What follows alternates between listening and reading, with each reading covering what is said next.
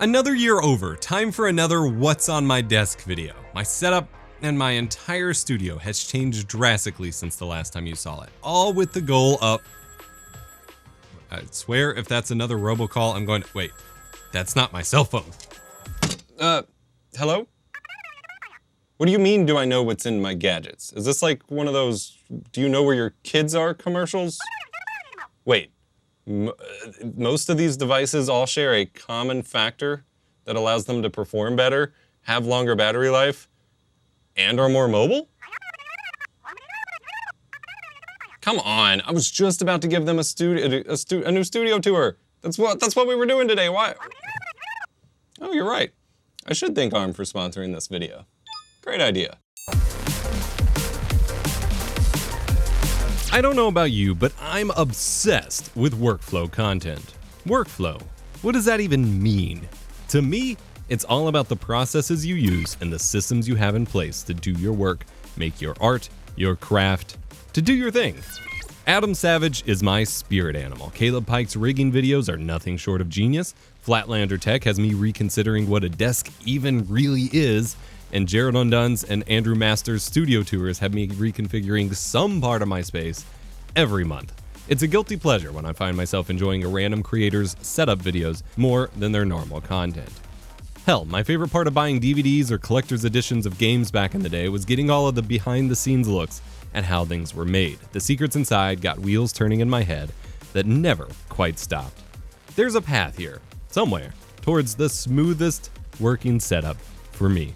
I finally accepted that I've failed at the most important aspect of any setup configuration, reducing friction.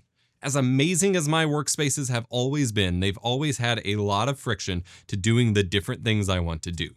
I'm a tech YouTuber, a gamer, a photographer, a writer. There's no one workflow to fit all of these things, and often each individual task would literally pile on the other. The setup also has to be flexible for when I want to work. As a dad, I'm squeezing in work whenever I can sometimes, which means I do get to work by daylight by the window, here next to my desk sometimes, but it also means working by night, by moonlight as well. I've done better and better about this as the years go on, but I think this newest iteration of my studio truly optimizes for everything I want to do. At the core of the whole studio is Megadesk 500. This has had many shapes and forms on the channel over the years, but I've slimmed it down to just the tech actually worth using and optimized for my various workflows. Little did I know how much a single tech company has provided innovation for nearly everything I use here. First up, the work zone. Here, I've got my computers and a couple Thunderbolt docks blasting to my 4-monitor array. This might look a little funky compared to the usual battle station style post, but I've been very productive since switching to this layout. Front and center is my LG CX 48-inch OLED Smart TV.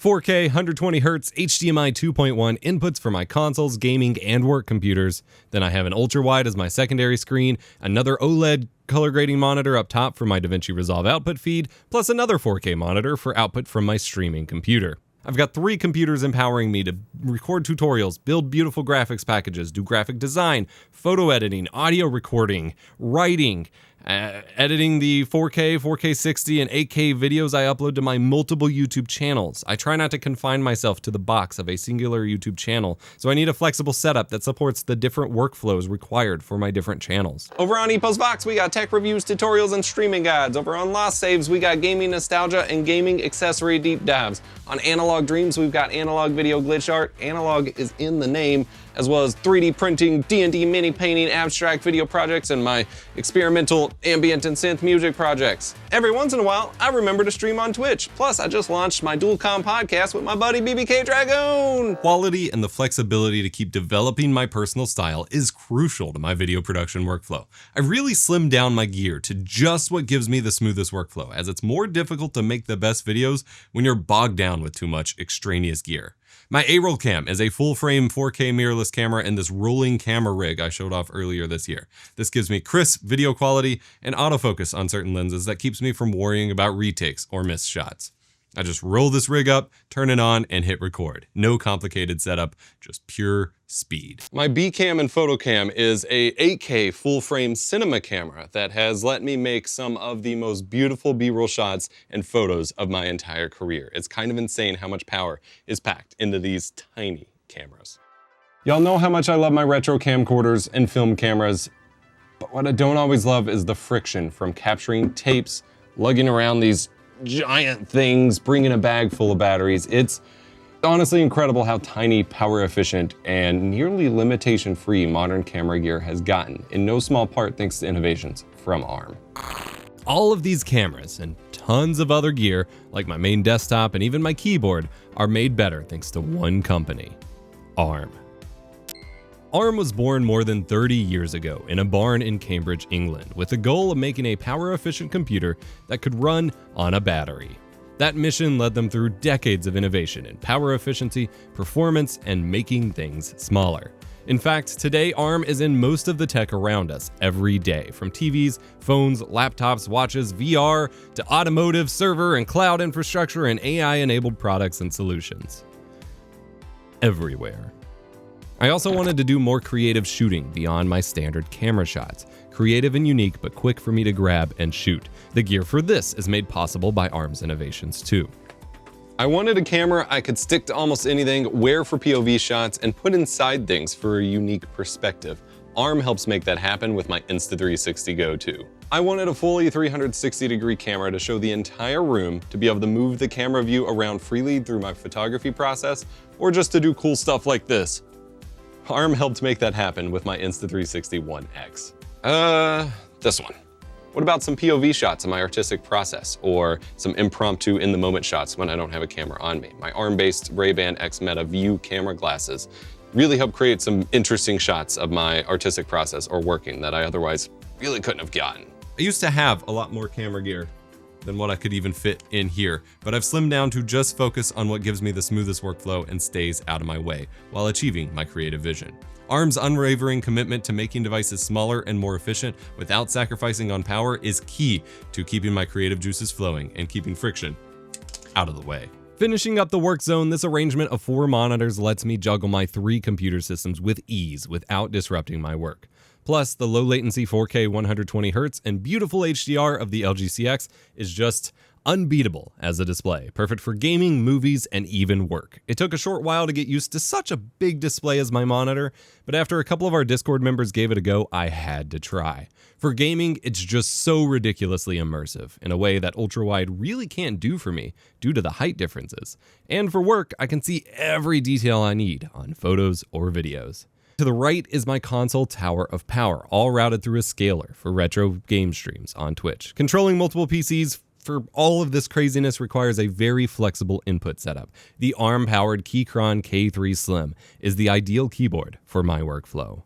I originally grabbed this for a Cyberdeck build I'm working on, and it's not too heavy, it's super slim, and really nice on my hands for long writing sessions, but I loved it so much I had to grab one for the desk too. Not only does it save room on my desk by being smaller, it can pair to multiple Bluetooth devices and easily switch between Mac, Windows, and Linux modes, so I can easily switch between my work, gaming, and streaming computers with just a couple of key presses, and not have to juggle multiple keyboards. Lifesaver. To the left, I have my glitch art desk where I process analog video signals and destroy them to turn them into something beautiful. Below that, I keep a bunch of storage drawers that are sometimes organized. I also have this older black-only laser printer that I use for mixed media projects. I keep my music gear, such as these cool synths, my Arturia Keystep, and my Novation Launchpad Mini tucked away here, so I can easily pull them out when I want to work on ideas for the next Analog Dreams music album. This has quickly become a really fulfilling side project for me, and ARM helps power those dreams too. Continuing along the wall, we have my big workbench, perfect for projects such as my in-progress Cyberdeck and CRT PC builds using Raspberry Pis, which also use ARM CPUs by the way, storage of my gear and art supplies, and lots of shelving for my art supplies and inspiration books, and also just storing work-in-progress projects, which is how it usually is, if we're being honest. I have a bunch more storage and my photo printer and Cricut and things like that hidden away behind this divider wall where you don't gotta see it. And then we have the command center, a sweet set I've been building from my collection of CRTs and old video gears for a couple of years now. I think it's coming along quite nicely and usually looks pretty great in videos. We also have my server rack off in the corner.